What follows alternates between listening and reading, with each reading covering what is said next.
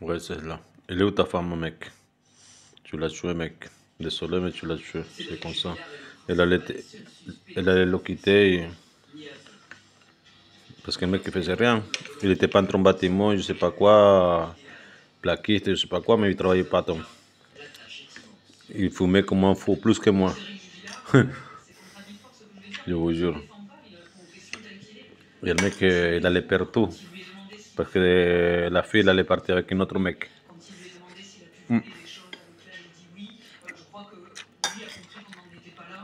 Pour lui, a dit à plusieurs personnes qu'il allait le tuer. Attends.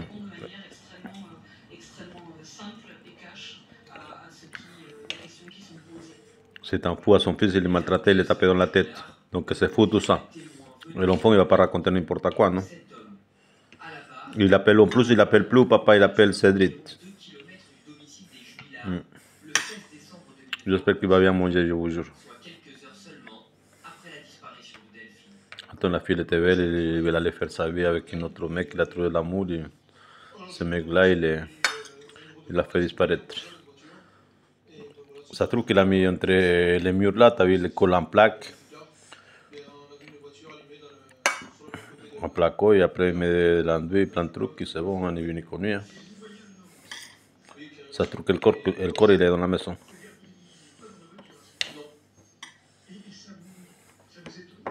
J'ai été surpris sur le moment parce que je n'avais jamais vu de personne dans ce chemin, je n'avais jamais vu de voiture et jamais vu personne dans ce chemin de campagne. Le témoin est formel.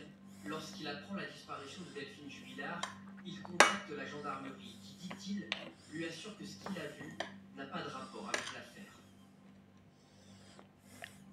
Vous trouvez normal qu'à 48 heures de la disparition de Delphine Jubilard, vous appelez la gendarmerie, vous dites « j'ai vu un type courir comme un dératé, une voiture allumée » et que pendant 15 jours, vous ne soyez pas auditionné?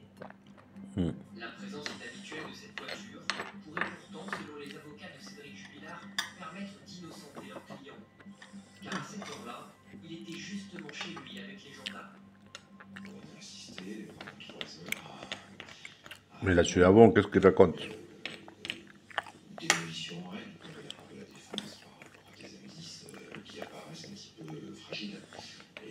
Il est coupable, c'est tout. Pas chercher à comprendre. Je suis désolé, mais avec la tête de fou qu'il a. En plus, il a failli tuer une nouvelle compagne qu'il a trouvée en prison.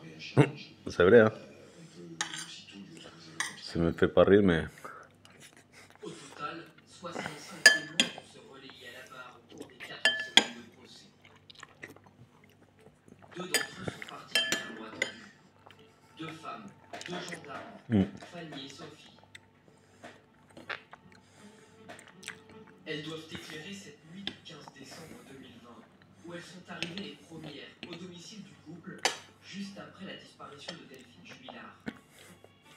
Voici leur déclaration au lendemain des faits. J'arrive la première et vu que c'est éclairé à l'intérieur, je le vois accroupi. Pour moi, M. Jubilard est accroupi devant la machine à laver. Il est en train de tout se débarrasser des preuves. Il est en train de le refermer quand il nous voit arriver. Je ne saurais pas dire ce qu'il y avait dans la machine, ni ce qu'il faisait exactement.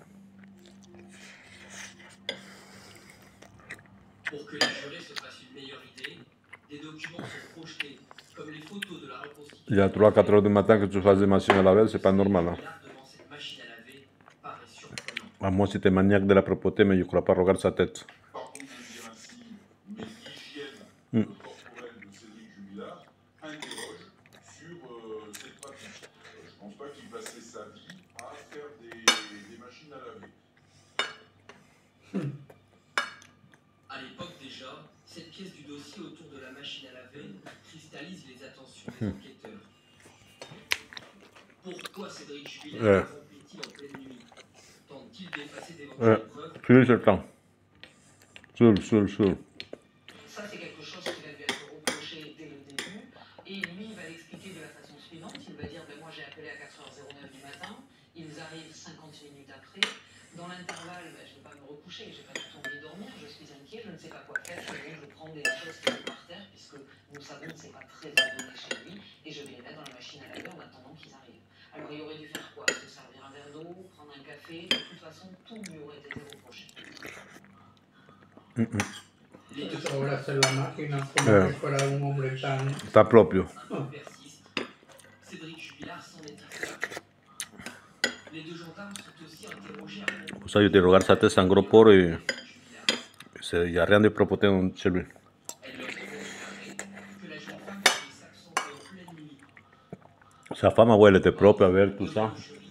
Y lui como me faisait rien, il faisait que fumer, y ella se iba a ir, ¿sabes? Ne vont pas manquer de relais.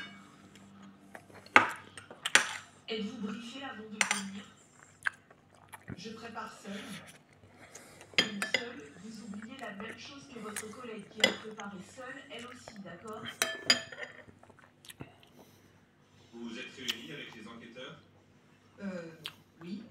On avance, ce n'est pas votre procès. Mais comme par hasard, vous